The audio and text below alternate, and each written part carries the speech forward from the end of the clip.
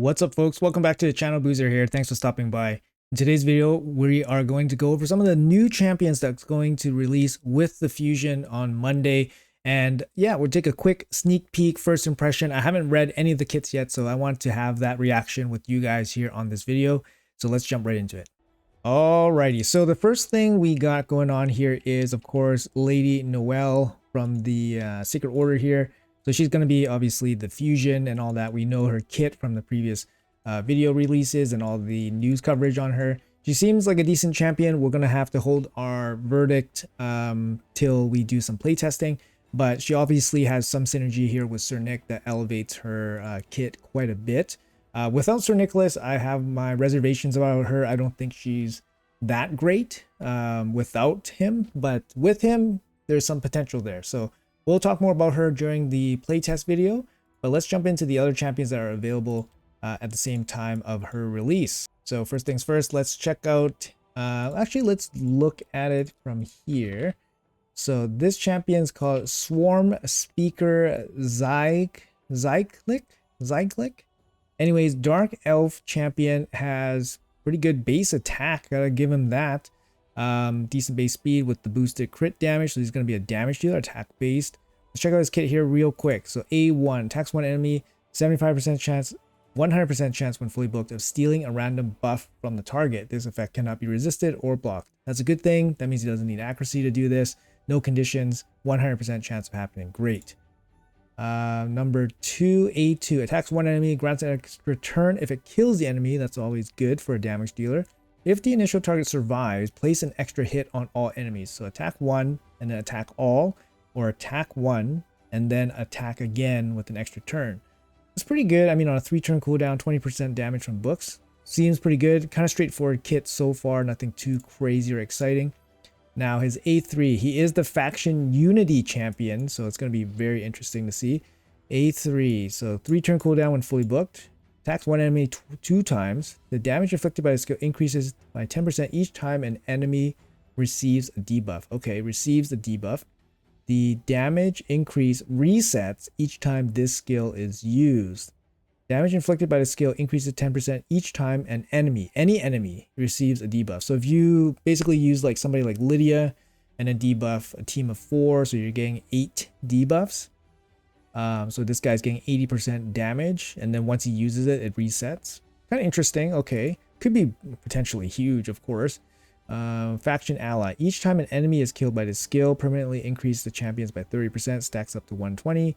If the target is killed by this skill, resets cooldown of this skill and fills this champion's turn meter by 50%.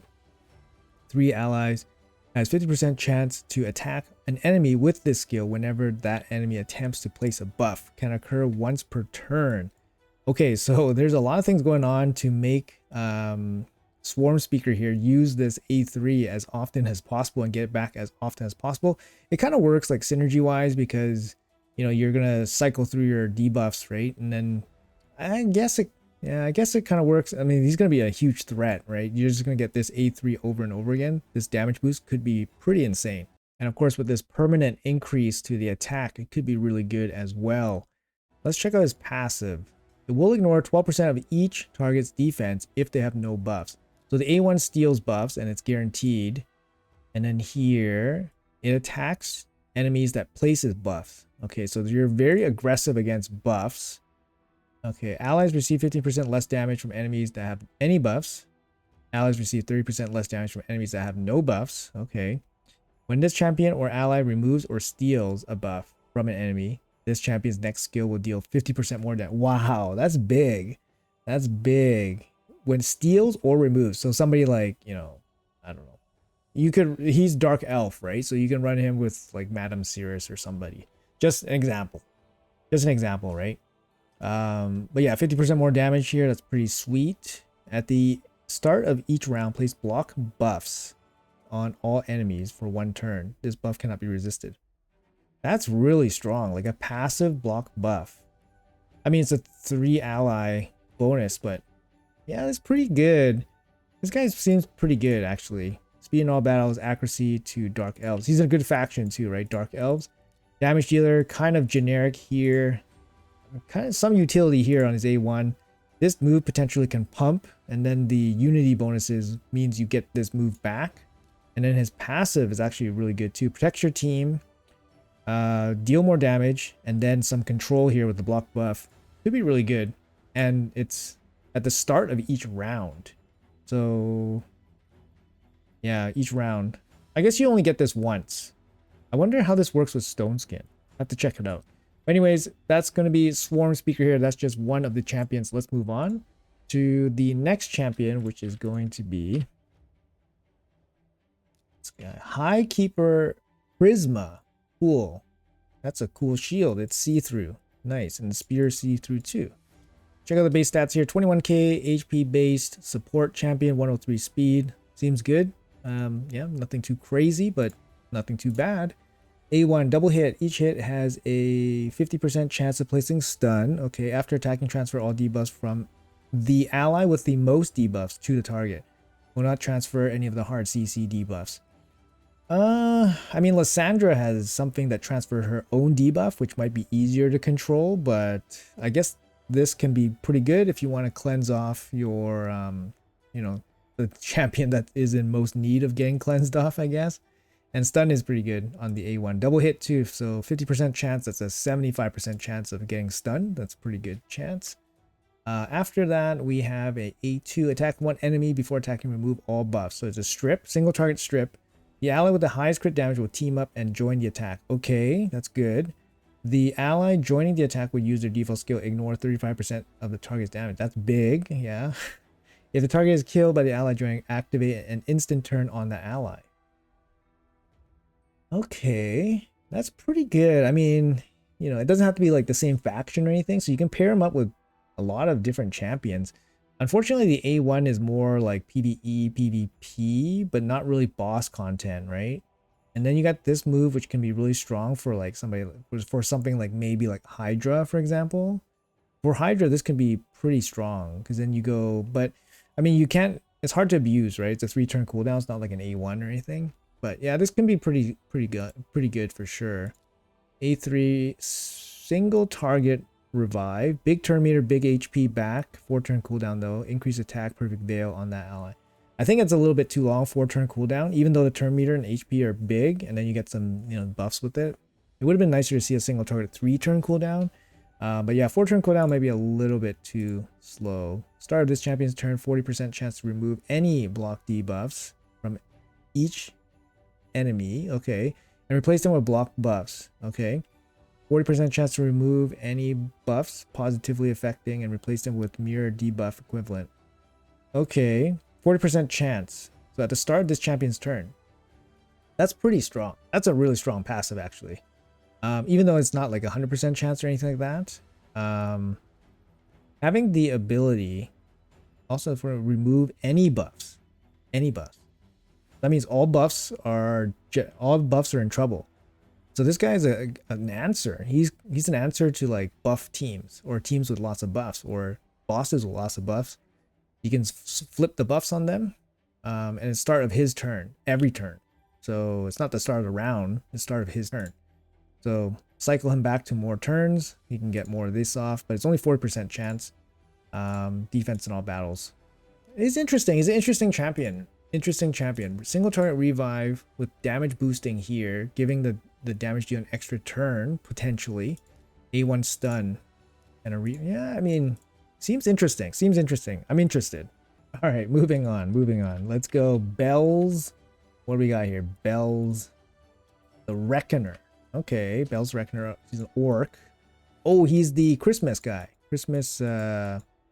What's that guy called? I forgot what they call him. I'm sorry, I forgot what they call him. The Christmas monster. What they call him.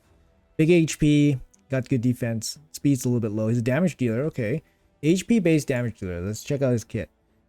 Single target A1, 50% chance to place a decreased defense, pretty standard. Ignore 5% of target's defense for each debuff on them.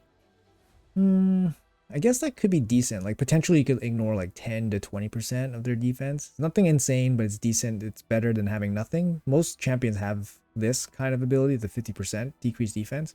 But having this extra ignore defense could be okay. A2 attacks one enemy again before attacking, steal all buffs. Okay, see the theme here. A lot of buff manipulation from this group. Will repeat the attack against all enemies if the initial target is under a leech. Okay, maybe he can put his own leech. This move's kind of underwhelming, to be honest. But yeah, let's see if he has leech in his kit.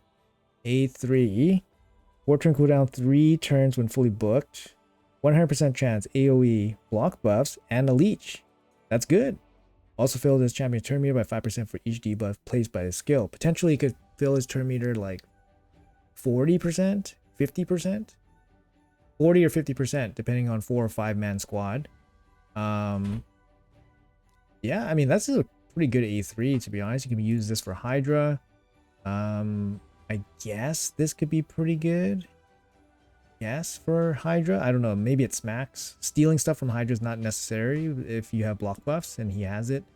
But yeah, pretty good at shutting down buffs. Increases champion's max HP by 5% to 50% and crit damage by 5% for each debuff placed by this champion. By 5%. So 10. 10 debuffs and he's maxed out. I mean, you can do it with 1 AoE. Okay. We gotta see multipliers, right? He's a damage dealer, gotta see multipliers. But I mean, just his A3 alone could make him useful for Hydra content, like block buffs, leech. Pretty good. And if he deals damage on top, pretty good. A1 decreased defense. Yeah, I think he's not bad. Not bad. Got good start. Good HP to start. Not bad. All right, let's see the next champion. Oops. All right, the Epic. The Epic up for grabs. I assume this would be the Epic for the Fusion. Lady Noelle. She is a Void Epic, unfortunately. This is a good sign if there's a champion chase with Lady Noelle, because the Void Epics are worth more points, right, for champion chase. So if you have a couple of these ready to fuse for a champion chase, then, you know, then you get more points, which is good. But you never know what Plarium's going to do with that. Looks like she's a damage dealer. She got 60% crit damage here. Looks like she's a damage dealer, but she has no attack. She's attack-based damage dealer. A1 double hit. Each hit has a 75% chance of placing weaken on 2 hits. 2 hits is pretty high chance of placing weaken on the A1. I think it's like 84, 85% chance of landing weaken. It's A2, single target, ignore, increase defense, strengthen, as well as 20% of the target's defense. It's pretty good. If this kills an enemy, increase duration of all buffs on this champion by 1 turn. Yeah, that's not very good. 3-turn cooldown. I mean, you never know. It could smack, but her base attack is low, so it's unlikely. She looks good though, aesthetically. Places increased attack, increased crit damage buff on this champion for 3 turns and grants an extra turn. 4-turn cooldown. So increased attack, crit damage, 3-turn cooldown, 3-turn duration. That's, I mean, it's good. She basically has perma increased attack, increase crit damage, and then she goes into this.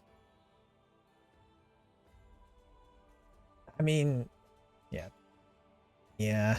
What's her passive? Increase the champion's attack by 10% for each enemy with 50% HP or less, up to 50%. So when you start off the fight, this does nothing. This does nothing when you start off the fight. So yeah, she's not a very good damage dealer, in my opinion so far, but you never know. Maybe this move just cranks. It's unlikely. Very unlikely. Unlikely. She looks like she's easy food for Lady Noelle. Definitely not somebody to go for. And then we have the epic, the rare up for grabs during the Lady Noelle fusion, and Red Coke Tanny Coke. Red Coke Tanny Coke. She's a rare, can't expect too much going on here. Not sure. She's defense based. A1 double hit, 25, 50% chance to steal 5% of the target's turn meter. That's nothing. A2 AoE before attacking places small increase accuracy on everybody. 3-turn cooldown, increase 50% chance of decreasing turn meter of all enemies by 15%. So it's a small turn meter drop and only a 75% chance of decreasing turn meter with a small increased accuracy. A3 removes 1 random buff from each enemy, then has a 50% chance of placing small decreased speed debuff on all enemies for 2 turns. Not 100% chance, 75% chance. I mean, it's a rare. Yeah, it's a rare. She does bring like team buffs, team increase accuracy, team decrease speed. I mean, it's small one, and then small one here as well. She's probably not worth using at all in a lot of spots, but you never know. Yeah, it's hard to say. I don't think so. I don't think even newer players can really make use of her. Decrease speed, Fire Knight, I guess. Maybe. Increase accuracy, maybe some boss content, maybe some, I'm not too sure. But yeah, I mean, Terminator Steel, you could use it against normal Fire Knight, maybe starting out, but she doesn't look very good at all. So yeah, the rare and the epic looks like green light to feed into Lady Noelle. But yeah, some pretty cool champions here. I kind of like the, oh, it's called Krampus. Krampus. I was thinking about the Krampus fairy tale, right? The monster, the Santa holiday monster. Sorry, this guy looks decent. Like he has a standard-ish kit, but block buffs, leech, AOE with some Terminator fill, and then he has like a big hit here that potentially could be decent. Decreased defense, big hit, and then you know self buffing himself. He looks decent, right? And then of course the faction unity champion looks very decent as well. Cohesive kit looks like it hits hard and got some nice bonuses here. Gonna be a nightmare against other teams that have buffs and stuff with the buff manipulation. So overall, nothing that really stands out, but some decent champions here. Anyways, guys, that's gonna be it for the video. Hopefully you guys enjoyed this little like preview. It's gonna be dropping, I believe, at the same time as Fusion, so Monday in like 2 days. So thanks so much for watching. Let me know in the comments below what you guys think about these champions. Are you guys going for the Fusion? Do you guys care about the rare, the epic, anything like that? Probably not. And I would probably recommend staying away from them, just because I don't think they're too useful, even for newer players, to be honest. But anyways, we will see what happens. But yeah, thanks a lot for watching. Appreciate your time as always, and I'll see you guys in the next video.